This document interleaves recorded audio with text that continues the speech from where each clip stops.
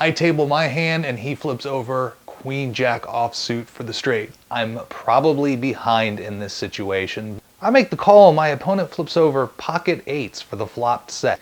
When I call, I ask if he has a pair and he says, yeah, I need an 8. So I figure he has maybe ace 8 or king 8 or something like that.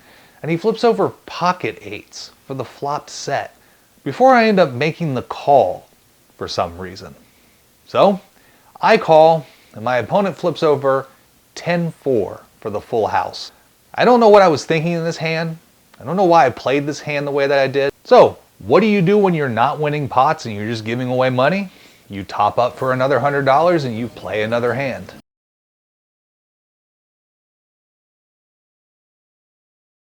After about 45 minutes away from my meeting, I return to the tables, we buy back in for $300, and we're off to play some more cards. We're on the button now, we look down at Jack 7 of clubs. There's a raise from early position to $10. I call, as does the big blind, so we're off to see a flop 3 ways. The flop's not bad. It's ace 9-10 with 2 hearts. The small blind leads for $15, and the early position player bumps it up to $100. I thought this bet was an all-in shove. With the way the opponent was sitting, I couldn't see that he actually had money behind his arm. So rather than raising in this situation, I just made the call. And it wasn't until after I had pushed my stack in that I had discovered that he actually still had money behind the play. I'm not crazy about it. Could I have made a stink about it because of kind of the way he was sitting and hiding the chips behind his arms? Yeah, I could have, but my hand is nutted, and so I'm not that concerned about it. The small blind gets out of the way, so we're off to see a turn. Any non-heart turn, I'm just going to go ahead and shove anyway. So we're going to get all the money in there. So we're off to see the turn. The turn is a 3 of clubs, and the early position player takes care of the action for me. He goes ahead and shoves the rest of his stack. It's only $28 more to call, so I go ahead and instantly call. The river is a 4 of clubs. I go ahead and table my hand, even though technically he was supposed to table his first. But he does end up showing me that he had pocket queen. One of those situations where I ended up being really lucky and I ended up getting the maximum out of this opponent. After that hand, my table broke and I got moved over to another table, and there were some really, really big stacks at this table, including the gentleman sitting directly to my left who probably had about $700 to $800 in front of him. So seems like there's going to be a lot of action. There's a couple stacks on this table, so let's see how it goes. We're in the small blind and we look down at pocket tens. There's a button straddle to $5. I go ahead and bump it up here to $16. The big blind, the guy with the huge stack right to my left, he calls. Everyone else folds, so we're off to see a flop heads up. The flop is ace 6-10 all diamonds, so I've flopped middle set, but again, it's one of those scary boards being all diamonds and me not having one. I check over to my opponent and he checks behind, so we're off to see the turn. The turn's a pretty terrible card. It's an 8 of diamonds, so it brings a 4th diamond out. I go ahead and take the betting lead trying to represent a diamond, but again, my sizing's not very good. I only bet $15, a little less than half pot. My opponent with the giant stack makes the call, so we're off to see the river. The river is a 4 of clubs, and for whatever reason, I decided to go ahead and check, trying to induce some sort of bluff from my opponent, but it doesn't work. He checks behind, I table my hand, and he flips over pocket 5s with the 5 of diamonds. So we'll get him next time. Off to the next hand. We're in the big blind now, and we look down at ace king of clubs. There's 2 limps, and I go ahead and raise to $12. Only the cutoff calls, and so we're off to see a flop heads up. The flop is ace 10 deuce, but it's all hearts. For whatever reason, when I seem to have these monster pre-flop hands, I seem to be getting some of the scariest flops that I can get for my hand. I go ahead and lead out here for $16, and my opponent calls, so we're off to see a turn.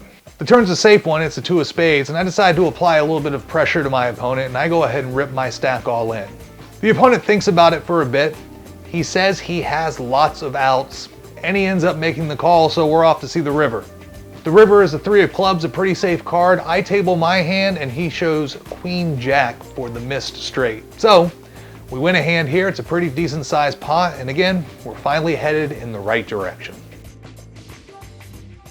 We're on the button now, and we look down at king 6 of spades. There's a call for middle position, and a late position player bumps it up to $10. I go ahead and make the call, and there's one other caller, so we're off to see a flop 3 ways. The flop is king 5-8 with 2 diamonds.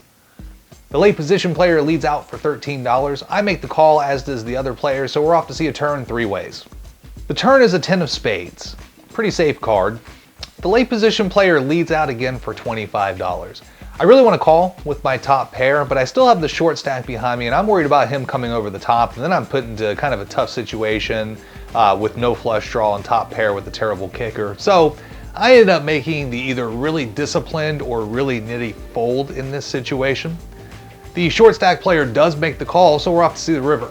The river's a blank, and once again, late position leads for another $25.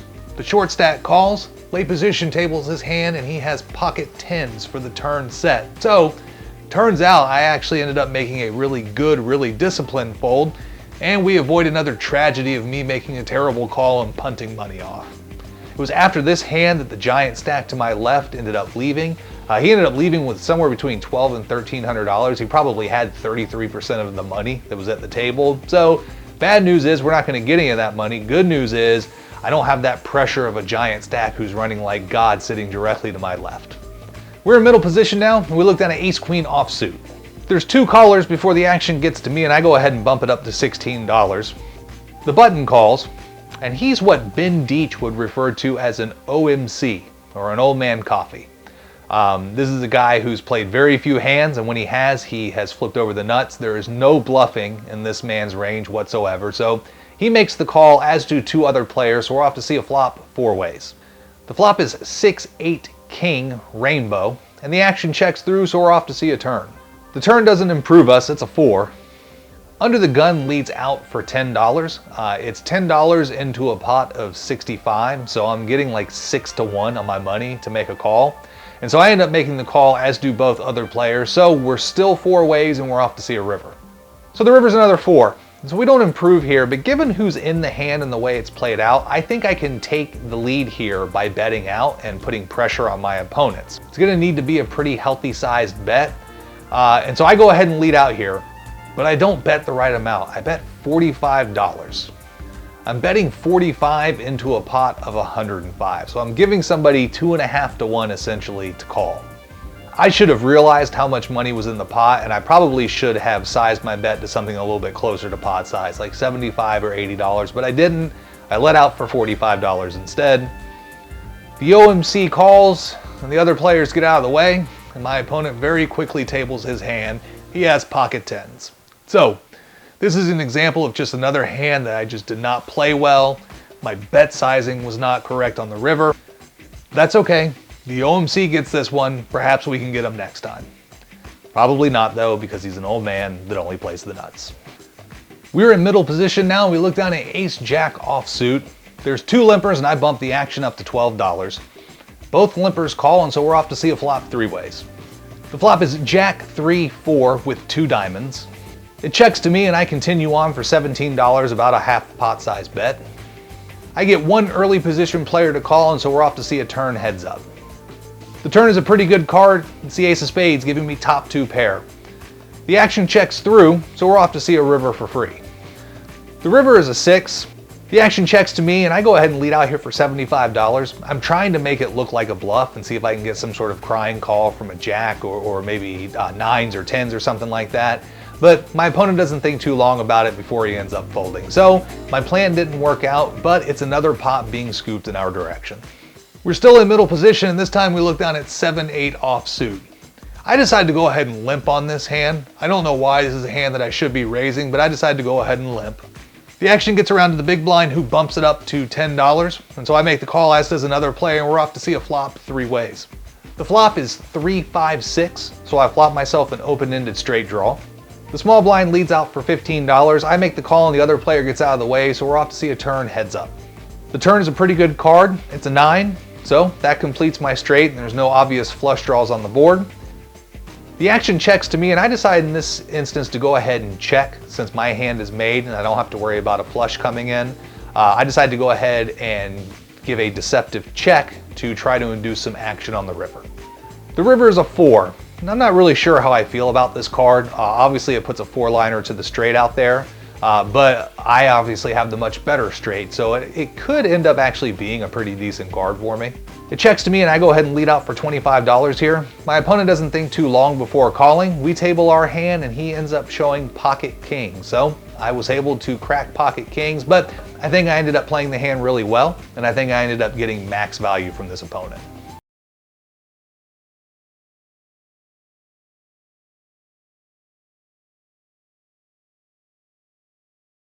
The next hand, we're under the gun and we look down at pocket tens. I go ahead and bump the action up to $14. Only the button calls, so we're off to see a flop heads up. The flop is ace, ace, 7. I check my action over to the button. He checks behind, so we're off to see a turn. The turn is a 4, so I decide to go ahead and take the lead here and I bet out for $15. And the button calls, so we're off to see a river. The river is a 9. I check my action over to the button and he bets out $25. It's a great sized bet because obviously there's so many hands that I could be beating. I could be beating king, queen, I could be beating queen, jack, I could be beating lower pocket pairs like 10s, 9s, 8s.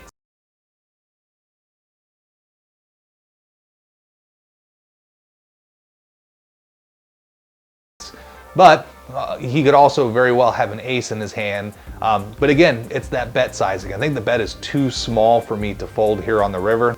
So I kind of reluctantly make the call, and it turns out we were way behind. He flips over ace 4 for the turn boat.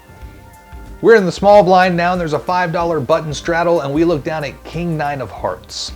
I bump the action up to $12. A player in middle position calls, and the button straddler calls as well, so we're off to a flop 3 ways. The flop's a pretty good one. It's king 9-4 with 2 clubs.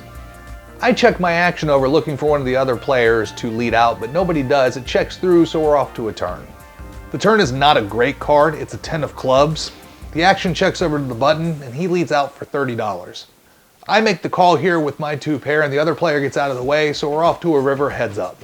The river is an even worse card. It's the 8 of clubs, putting 4 clubs on the board, so I don't think my hand can be any good here, and I go ahead and check my action over, but the button straddler checks back immediately, so maybe 2 pair is good here. I go ahead and table my hand, and he flips over queen jack for the turn straight. So, turns out we were behind, but it didn't cost us a whole lot of money. We're in middle position now, and we look down at a premium pocket aces. Under the gun limps in, and I bump the action up to $12. It folds around to the big blind, who tosses in the call, as does under the gun, so we're off to a flop 3 ways. To borrow from Andrew Nemi, the flop is a pretty favorable one. It's ace 3-7 with 2 clubs. It checks to me, and I decide to go ahead and bet out $16 here. Only under the gun calls, and so we're off to a turn heads up. The turn is an 8 of spades. It's a pretty safe card, and the action checks to me again. I decide to go ahead and lead out again for $35, and my opponent pretty quickly folds. So we're scooping the pot in our direction. We're in middle position, and there is another button straddle to $5 when we look down at king jack offsuit. There's a call from the small blind, and it folds to me, and I bump the action up to $14. The button straddler calls, as does the small blind, so we're off to a flop 3 ways. The flop is king 8-6. The action checks around to me, and I go ahead and lead out for $25. The button straddler calls, and the small blind gets out of the way, so we're off to a turn heads up. The turn's another good card. It's another king. The action checks to me, and I go ahead and throw a bet out of $80. It's a fairly large bet. I'm trying to make it look very bluffy, but it doesn't work. My opponent folds pretty quickly, but another pot heading in our direction. We're in the small blind this time, and we get another premium. For the second time, we have pocket aces. There's an under the gun straddle to $5. There's 1 caller in middle position, and I decide to go ahead and bump it up to $20. I get 2 callers, so for the second time tonight, we're off to a flop 3 ways with aces.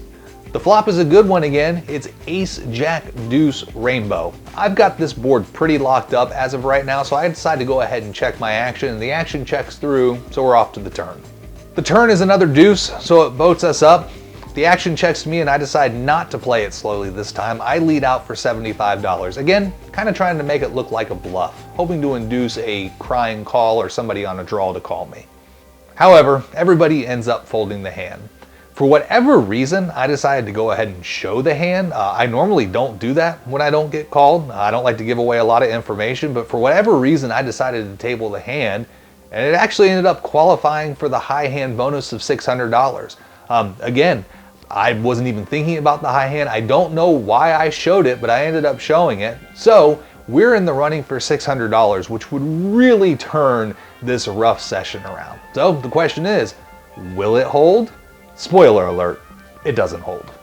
The final hand of note, we're in early position, and we look down at king 10 of clubs. I raise it up to $12, and we get 2 callers, including a very splashy player who had played a lot of pots. And not only is he playing a lot of pots, but he's talking a lot of shit too. He's really cocky. This is the guy I want to get involved in hands with, so we're off to see a flop 3 ways. The flop is pretty good. It's King 10-4, and this shit-talking cocky player leads out for $25. There's definitely merits to making a raise here. I could definitely see how raising would be a good thing, but I'm gonna go ahead and play it pretty slow and wait to make my move on the turn. So I decided to go ahead and just smooth call. The other player gets out of the way, so we're off to a turn heads up. The turn's a pretty safe card. It's a 6. It doesn't really change anything. And once again, my opponent leads out for $45. So this is where I want to go ahead and make my move. So I bump it up to $145. My opponent's thinking about it. He's contemplating a call. He tells me he wants to call, but that he's going to go ahead and wait for a better spot. And he ends up folding his hand. He didn't wait too long to get his money in because he got his money in about 4 hands later, and he ended up going broke, and he ended up leaving the table.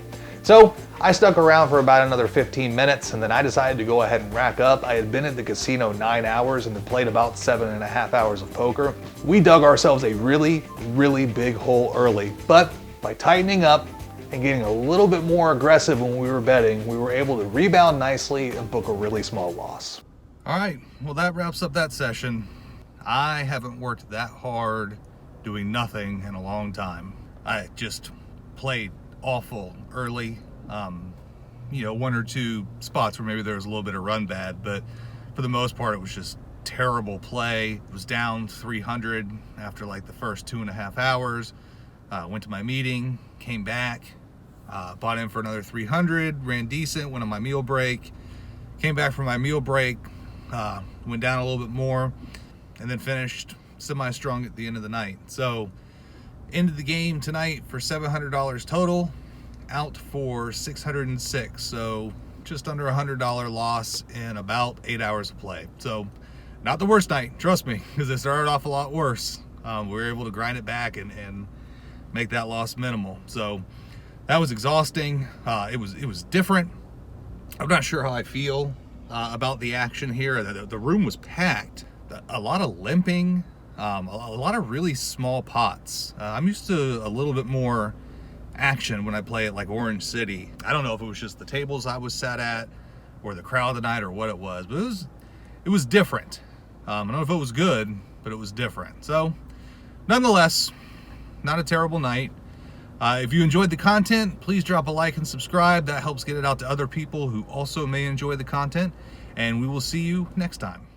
If you enjoyed this video, please make sure to drop a like and subscribe to the channel for more poker content. And you can follow me on Instagram at 7cardflushpoker.